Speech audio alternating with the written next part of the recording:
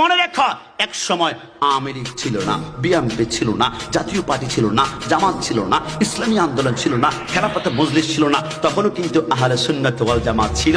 আমার কালের বিবর্তনে এক সময় আওয়ামী লীগ থাকবে না, বিএনপি থাকবে না, জামাত থাকবে না, আর গোটা দেশ থাকবে না, দেশের রন্ধ থাকবে না, হয়তো পৃথিবী দুলিশাত হয়ে যাবে।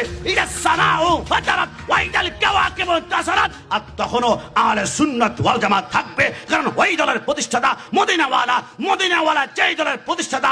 রাজনীতি আসবে যাবে, আহলে সুন্নাত ওয়াল জামাতের দেওয়ালের একটা ইট কোন বাপের বেটা তুলতে পারবে না। কথা বলো ঠিক কিনা?